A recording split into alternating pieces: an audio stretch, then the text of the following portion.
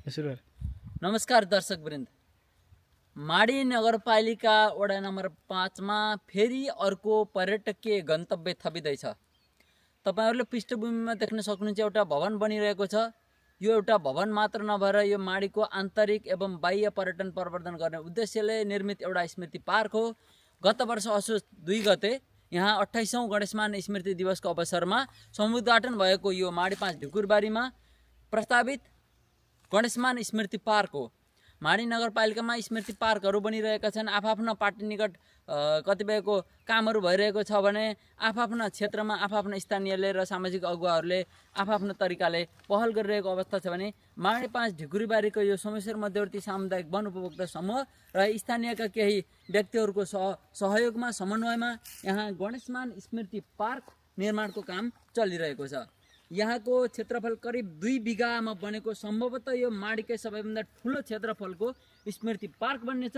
यहाँ बसेर चिया चटपट खाना, खाजा खाना, नास्ता गर्नको लागि, त्यस्तै गरी यहाँ पिकनिक स्पोटको रूपमा टिकटक सेल्फी बनाउनको लागि र विभिन्न पर्यटकीय गतिविधिहरूको लागि घुम्न रम्न रिफ्रेसमेन्टको लागि यहाँ आउन सकिन्छ। अहिलेको अवस्थामा भन्यो भने तत्कालै यहाँ आएर थर्मसमा चिया लिएर आएर चटपट बाहिरबाट लिएर आएर चट्ट बसेर खानको लागि त तत्कालै पनि यो रेडी भइसकेको अवस्था छ। गर्मीको समयमा शीतलता ताप्न यो सालको रुखमुनि र आँपको रुखमुनि बसेर तत्कालको लागि बाहिरबाट लिएर आउनु पर्ने छ भने सम्भवतः अबको 1-2 वर्षपछि तपाईले थर्मसमा चिया ल्याउनु पर्ने अवस्था हुँदैन। चटपट पनि बाहिरबाट ल्याउनु पर्दैन। यहाँका स्थानीयहरूले व्यापार व्यवसाय गर्नेछन्। यहाँ चिया यहीँ बन्नेछ, खाजा यहीँ बन्नेछ। घुमफिर गर्नको लागि यहाँ हरियाली वातावरण हुनेछ, फुलहरू रोपिनेछ र एउटा पर्यटकीय क्षेत्रको रूपले हराभरा हुनेछ। यो एउटा माडीको गौरवको विषय पनि बन्नेछ र माडीको पर्यटन प्रवर्धनमा यसले टेवा पुर्याउनेछ।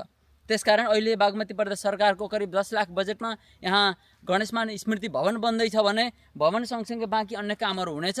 सम्भवतः अबको 2-3 वर्षमा हामीले यसलाई फरक तरिकाले देख्नेछौँ। यहाँको स्वरूप बदलिनेछ, संरचना बदलिनेछ र यहाँको यो सामुदायिक सोमेश्वर मध्यवर्ती सामुदायिक वन क्षेत्रको जुन नजिकमा रहेको यो क्षेत्र छ, शीतलता विशेष त गर्मीको समयमा अत्यन्त हराभरा मन शान्त हुने खालको यो परिवेश छ। यसलाई हामीले उपभोग गर्न पाउनेछौँ र बाँकी अन्य कामहरू यहाँको समितिले छिटोभन्दा छिटो काम सम्पन्न गरोस् र प्रदेश सरकार, केन्द्रीय सरकारलाई पहल गरेर कुनै पनि पार्टीगत नबनिकन निष्पक्ष रूपले एउटा पर्यटकीय क्षेत्रको रूपले विकास गर्ने उद्देश्यले बजेट विनियोजन गर्न सङ्घीय सरकार पनि लाग्नेछ र प्रदेश सरकार पनि लाग्नेछ, स्थानीय सरकार पनि लाग्नेछ भन्दै बिदा हुन्छु।